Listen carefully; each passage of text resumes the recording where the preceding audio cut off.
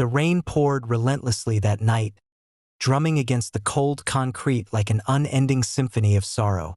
The city of Chicago, usually alive with energy, now seemed subdued, its lights flickering dimly in the distance. Beneath a crumbling overpass, a man sat hunched over, wrapped in layers of tattered blankets. His name was Tommy Reynolds, a man who once had dreams, a home, and a family, but now had nothing except the unforgiving streets. Tommy's face was worn with years of hardship, his beard unkempt, and his hands trembling from both the cold and hunger. He clutched a faded photograph, a picture of a younger version of himself, his wife, and their daughter, frozen in time before life had unraveled. His stomach growled in protest, but he barely noticed anymore. Hunger had become a constant companion, a dull ache he had learned to live with.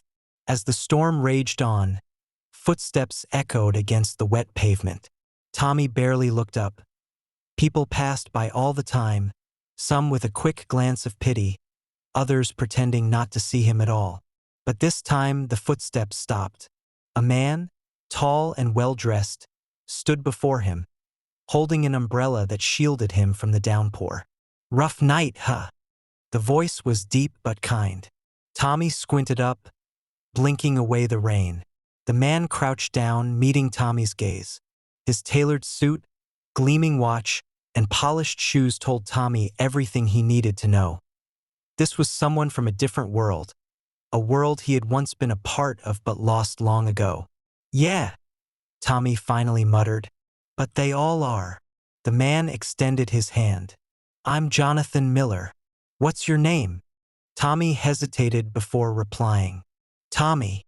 Jonathan studied him for a moment, then reached into his coat pocket and pulled out a crisp $100 bill.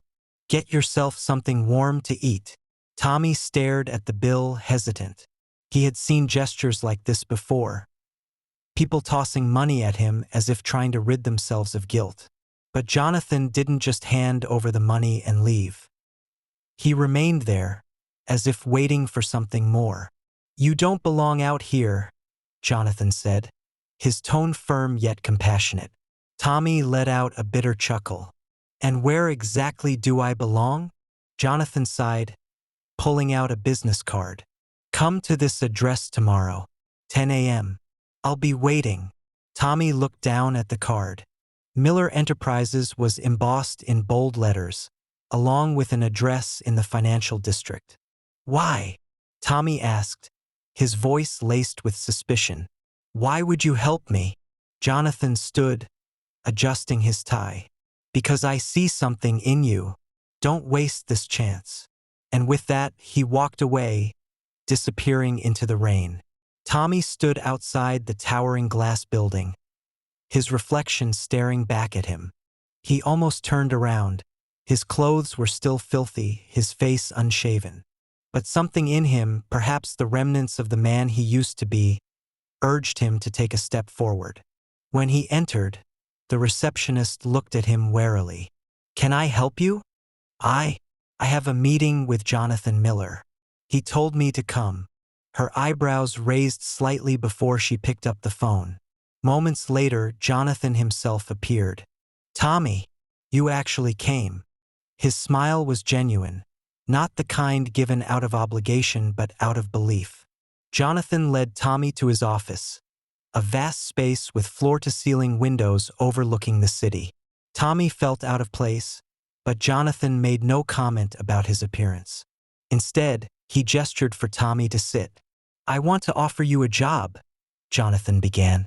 "Not charity, a real opportunity. It won't be easy, but if you're willing to work for it, I'll help you get back on your feet." Tommy swallowed hard. "Why me?" Jonathan leaned forward. "Because 20 years ago I was you, homeless, lost, until someone gave me a chance. And I made a promise that if I ever made it, I'd do the same for someone else." Tommy felt his throat tighten. He wasn't used to kindness, especially not from someone who had no reason to care. Tommy's journey from a struggling employee to an indispensable asset in the company unfolds, with obstacles, self-doubt, and moments of triumph. At first, Tommy struggled. The corporate world was a different beast. He started at the lowest rung, custodial work, then mailroom duties. But every day, Jonathan checked in on him, offering not just guidance but mentorship. Slowly, Tommy found his rhythm. His sharp mind, once dulled by hardship, reignited. He absorbed everything: business strategies, leadership tactics, problem-solving skills. Years passed and Tommy climbed the ranks. His transformation was astonishing. The once homeless man now wore tailored suits, commanded meetings, and made decisions that shaped the company's future. And then the day came. Jonathan called him into his office, just as he had years before. "Tommy," he began, "I'm stepping down as CEO, and I want you to take my place." Tommy's breath caught. "What? No, I can't." Jonathan smiled. "Yes, you can.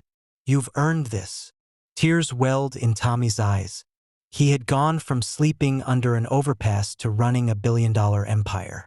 All because one man had believed in him. Years later, Tommy sat in his office, a fresh business card in hand, his own name embossed under CEO. He thought back to the cold, rainy night when Jonathan had stopped. That single act of kindness had changed everything. A knock at the door interrupted his thoughts. His assistant entered. "There's a young man here to see you. Says he's looking for a second chance." Tommy stood, grabbing his coat. "Send him in." As he walked to meet the stranger, he pulled a business card from his pocket. The cycle was about to begin again, because that's what Jonathan had taught him: kindness is meant to be passed on.